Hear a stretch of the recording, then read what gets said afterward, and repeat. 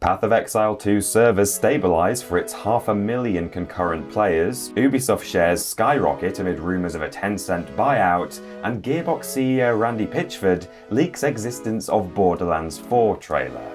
All of that today on TripleJump News, if I can get to the end. Oh, hello, James. Hi, Peter. How you doing? I'm croaky. Just call me Shetland because I am a little hoarse today. Very good. Very good. I have had the flu, you. but I'm better now. That's but I it. still sound like this, so you're all just going to have to put up with it, I'm afraid. But, that's all right. A bit of huskiness. That's indeed, pretty good. That's true, and the news can't stop for huskiness. No, you're here never. as well today, James, because That's it. Ashton's on her Holly Bobs, Yep. and Ben doesn't work on Mondays. Yeah, so... everyone else is just not as dedicated as we are. No, that's apparently, right. Especially fighting through, being a little horse. So. Yeah, indeed. I mean, I spent all of last week at home and did not do any news, so I need to put a shift in today, I think.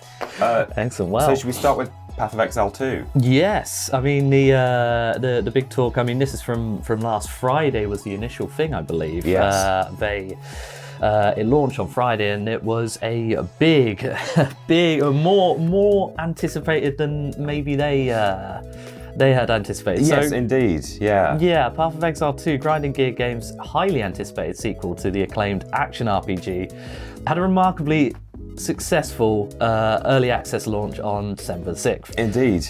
Yeah. The game attracted around 500,000 concurrent players on Steam on its first day, and then again on its second. So yeah, 2 days in a row, 500,000 concurrent players. That's just concurrent, and that's on Steam alone, because it's also available on consoles. But apparently it had over 1 million early access sales across various platforms. So a hugely successful launch for them, but to the point where it overwhelmed not only their own servers, which we'll get to in a moment, but also SteamDB, the Steam sort of statistics. Yeah. I don't think it's officially Steam branded. I think it might be a third-party thing. I'm not sure, actually. Yeah, but it's a resource everybody uses these days. Yeah, exactly. Steam database. The platform tracks real-time player data on Steam, and as players rushed to the site to observe the game's statistics, the entire site broke. The database temporarily crashed under the huge amount of traffic, but it's now back online. That is something spectacular, really, when people are even seeing, wait, how popular is this? Can I get on yet? Yeah. Like, can I get onto the servers? I know there was a little bit of talk last week. I saw a little bit on various social platforms about them preparing for a big sort of launch like that and saying we're prepared for 1 million players. Right. But not quite. No. It even exceeded their own expectations. So, yeah, but then, right. yeah, the game's actual servers, of course, also suffered at the hands of 500,000 people. A quote from the team on, I think this was on December the 6th, "We're aware of players being unable to claim their Steam keys due to Path of Exile's website being down. Our website team currently has this as their top priority and have a plan of action to restore this service to allow you to play the game. A huge thanks for the grace being displayed by those affected." That was just one of several statements put out across the day as they were desperately trying to put out fires and get the game playable for everyone. Yeah, hugely popular. Yeah. I mean, luckily they've since updated it, several last-minute updates, and I can imagine across the weekend as well. Yeah. It appears to have stabilised now, so more people can get online for this early access look at Path of Exile 2. So indeed, I think it's sort of peaked at that 500,000 in terms of concurrent players, and is now a bit lower than that. But I'm sure for some time they will probably be on hundreds of thousands of players at once. So. Yeah, it's huge, and especially considering it's sort of like, I mean, I'm not too familiar with the genre, but I did play a little bit of Path of Exile back in the day, right. And it's one of those where, Diablo is the big boy, and I always thought that this was popular, but as a sort of cult classic. So it's really nice to see him do this. It is a big surprise. I mean, again, I think it was to some extent anticipated that it would be a big launch, but I think it not to this extent. So it is nice to see, another game doing so well. Yes, who isn't doing so well? Yeah, well, it's things are confusing over at Ubisoft as they have been for some time. Right. I mean, they're doing well in the sense that their shares have suddenly skyrocketed, but that's amid rumours of a Tencent buyout. So apparently Ubisoft stock rose 12.52% on December the 6th. That's the same day as all the chaos was happening with the previous game. And Tencent apparently already hold a 10% stake in Ubisoft, but they're in discussions with the Guillemot family to potentially do a much larger buyout. But hopefully for them in a way that where they can maintain a structure where the Guillemot family can still have control of the company. That's right. That's the big debate as far as I'm aware. Yeah. So Tencent, I mean, they're taking over a lot. Yes. So yes, I mean, the potential buyout does come after a difficult year for Ubisoft. Yeah. The company faced multiple studio closures, mass layoffs, and game cancellations. Perhaps the most notable one being, or the most notable event being the Assassin's Creed Shadows, highly anticipated new Assassin's Creed game being delayed until 2025. Yeah, it was supposed to be late this year, wasn't it? That's right, yeah, around this sort of time. And then also Star Wars Outlaws, despite getting some pretty decent reviews, underperformed in sales as well. So, and you and Ashton talked the other day, didn't you, about X Defiant as well? That's right, yeah. The shutdown of that. Apparently over 200, nearly 300 employees were affected there. So, and half the team has been reassigned internally, as I'm sure you said in your news video. Yeah, it's just been a complete mess with Ubisoft, and as a result, their shares did hit a decade low. Yeah, they did. In September. So that was after the issues with Star Wars Outlaws and the news about Assassin's Creed Shadows, and then its decision after that to return to Steam after focusing on the Epic's Game Store, the Epic Game Store exclusivity. So they returned sort of, tail between their legs a little bit to Steam. But I mean, they also had their own launcher at one point. I don't know if that's still sort of relevant. But yeah, I'm not sure. Yeah. I mean, I suppose to be very cynical, one could argue that if you are coming from a decade low of your share prices, it's probably easier to rise by 12.52% than it would have been otherwise. Yeah, there's not really much room to go any lower. Yeah, it's more like you're climbing back to where you were. I mean, maybe they've sort of gone beyond where they were. Yeah. I'm not actually sure comparatively where they are compared to before September, but in any case, they were in a pretty bad position in terms of share price, and now things have gone up significantly. But it's all based on a deal that may or may not be happening. As we sort of alluded to earlier, Tencent are still kind of undecided about the buyout, partly because of this argue about where exactly control is going to be with the Guillemot family and others. Apparently Tencent have asked for a greater say on future board decisions, including cash flow distribution in return for financing the deal. That's according to Reuters. And that is one detail that is where I think there is some contention, and they're not quite in agreement here. So yeah, it's tricky by the sounds of it. Yeah, some political machinations going on there. It's very, I mean. Well, I wonder how political. I was just going to say, I wonder how political it really is, because I believe Ubisoft has some like state money in there as well, or it's partly publicly owned.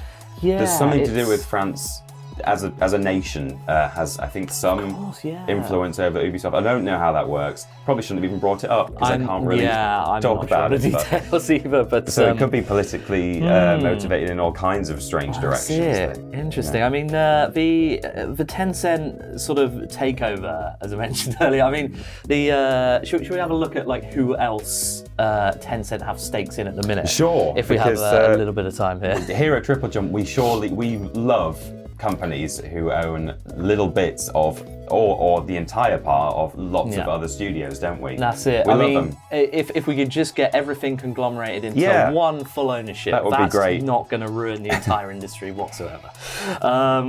Let's see what we got here. So obviously Riot Games 100%. Right. Oh my god, it's PC Gamer and it's the worst on mobile. Epic Games 40%. Okay. Jesus. Larian Studios 30%, which I had forgotten about. So okay. From Software 16%. Yeah. Hey, they've got fingers in some big pies there. They are. Those are some big names. Yeah, they're getting everywhere. Crafton. Crafton, 13.9%, which is so that's Fortnite. Well, they own a piece of both Fortnite and PUBG, so I think Crafton is the PUBG. Right. Okay. owners there. Ubisoft 11%. Again, that moment. could go a lot higher. Yeah. And then the list continues, honestly. Oh, speaking of which, Grinding Gear Games, who are making Path of Exile 2, 80%. Oh, so well, there you go. It was a can't escape them. very busy day for Tencent on the 6th of December. That's they had a lot to right, think about. Well, apparently Ubisoft has commented and said, we remain committed to making decisions in the best interests of all our stakeholders, particularly the Guillermo family. In this context, as we've already indicated, the company is also reviewing all its strategic options. Basically saying a whole lot of nothing there, really. Basically, Almost no comment. And indeed, the Guillermo family themselves did decline to comment entirely. Of course they would. Not to us, we didn't get in touch, but with various press outlets. You keep hassling them about Beyond Good and Evil 2, I do. and Hey, you're probably blacklisted Eve, at this point. where is my prequel? Come on, Eve. What Yeah. are you playing at? Well, yeah, obviously we've talked about Ubisoft's turbulent period with shifting strategies, but yeah, this could make a huge turning point for the company. It so could, we'll and see. it sounds like they need it at the moment. So Indeed, could it be good for them? I mean, as we've said in previous news videos as well, buyouts generally not good for at least the people on the ground, if not everyone else as well. So That's right, yeah. Tends to follow with a lot of mass layoffs. yes, so, it does, yeah, unfortunately. But hey, here's a final, I don't know about feel-good story, but it might make you smile at least. Yeah. Gearbox CEO Randy Pitchford, who again we love at TripleJump, has seemingly sort of leaked the existence of a Borderlands 4 full trailer. So I think we've seen a teaser, haven't we, where it was just the mask kind of zooming in or zooming out or something, and that was like a little while ago, earlier this year, I think. Yeah. Yes, Gearbox CEO Randy Pitchford has stirred excitement among Borderlands fans by revealing that a new Borderlands 4 trailer is in development. Pitchford, known for his passionate and impulsive announcements, posted enthusiastically on social media, stating, "Cooking up a new Borderlands 4 trailer, and it's badass AF. Latest render is knocking me out. I'm not supposed to talk about it yet, but..." Oh, hang on. What, is that all one quote? Yeah. I'm not supposed to talk about it yet, but IDGAF. I don't give a flip. Yeah, I'm freaking out, yo. I didn't realise that was all in the first tweet. Because he follows up, as James will tell you in a moment, realising that he perhaps shouldn't have mentioned that. Yeah. But in his first tweet, he's saying, I'm not supposed to talk about this. Send. He's already gone off on one, and that's before this whole saga. So then he replied, didn't he? He's brilliant. Yeah, so immediately he sort of follows that up with, my phone is blowing up. I guess I wasn't supposed to share that we have a trailer coming. My bad. Sorry. You just said you weren't supposed to. Maybe he meant I can't give you any details, but I can tell that you. That's it. I mean, Randy Pitchford. It's a classic move from him. He can't be contained sometimes. No, he's a force of nature for sure. Yes, exactly. So I mean, presumably this is going to be shown at the Game Awards. That seems like the place it's going to be. I don't think that's been confirmed anywhere specifically, but it's the biggest event that's coming up soon. So yeah, I think we can expect to see it there. But Pitchford has a habit of oversharing. He essentially confirmed the game was in full production when speaking to IGN in an interview in July, which was seemingly not the place he was supposed to be sort of outright confirming that production had really, kind of got up to full speed. He also blurted out the inclusion of features such as seamless loading screens, and when asked to elaborate, said, "I will absolutely elaborate," before logging out of Twitter for 3 days. And he didn't elaborate. What a guy. I just love that. That's such a power play, isn't it? It's like, I will elaborate. I will elaborate. No. Yeah. Well, it's, I mean, this time Gearbox's social media team were certainly not prepared, but they scrambled to capitalise on this excitement, and they rather humorously posted, "Looks like we'll see a new trailer real soon." Yes. They're about as surprised as we are, but they've got to be used to him by now. I don't know how you can contain him when this is the CEO we're talking about. I don't know how they get to these positions. Yeah, I know. Like, it's not like he's just quite a high up member who is not. Surely he's in charge of whether or not this should or shouldn't be out there. Yeah. I guess. I mean, companies can be complicated in terms of who has various sort of decisions on things. But yeah, exactly. it's a strange thing. I think someone should take away the microphone / the phone and the pack of cards for doing card tricks as well. Well, I mean, it keeps disappearing because of all his tricks. So Indeed. we don't know where it is right now. Yeah. But that wasn't all he said. In a different thread, he also disclosed confirms the teaser trailer's the teaser trailer's final frame, which we have seen already. Yes. The final frame of that connects directly to the main trailer's opening. And then he added, "Yes, I'm a troll and a tease. Deal with it." Deal with it. Deal with it. Oh my God. But it gets weirder. Yes, so he also later added, "I can't wait to release this effing trailer." Also, I'm not supposed to talk about it. I'm continuing to talk about it. he keeps going. Yeah. He's great value, honestly. Also confirming to one fan who asked if he was trying to edge them by replying with, "Yes." Right. Yes, he is. Are you trying to edge us? Yes. Of course he is. Brilliant. He's ridiculous. So yeah, as said, his social media presence often, causes chaos at Gearbox, but occasionally it does have some nice beneficial aspects. For example, recently it enabled a terminally ill fan to preview an early build of Borderlands 4. I think that they were just able to sort of connect with him a lot easier because he is so active on social media, and so that's one of the nicer things that Randy Pitchford has managed to have happen by being crazy online. Thank God there are some nice after effects. Yes, that's very good. Indeed. But that's about it. I mean, you have to feel a bit sorry, as you were saying, for the marketing team at Gearbox. That's it. The social media team, just sort of like, oh my God, what's he done? It's just, Scramble. Constant damage control, constantly putting out fires by, if it's one thing being done by, someone fairly high up, but if it's the bloody CEO, you know what I mean? They've got. You can tell that they've got a big red button on their desk, like underneath a plastic cover. They have to lift it off. Sound the Randy alarm. He's tweeted again. For goodness sake, man. Well. But let us know what you think about all of that, about Randy's behaviour, what you think will happen to Ubisoft. Have you been playing Path of Exile 2? Are you excited for it? Let us know down below. And of course, stick with us here on YouTube and on social media as well at Team TripleJump for lots of gaming news throughout the week. In the meantime, I will go and rest my vocal cords. Have a lozenge. I will, a nice lozenge. Excellent. Thank you, James. Oh, thank you very much, Peter. Yeah. See you later. Bye.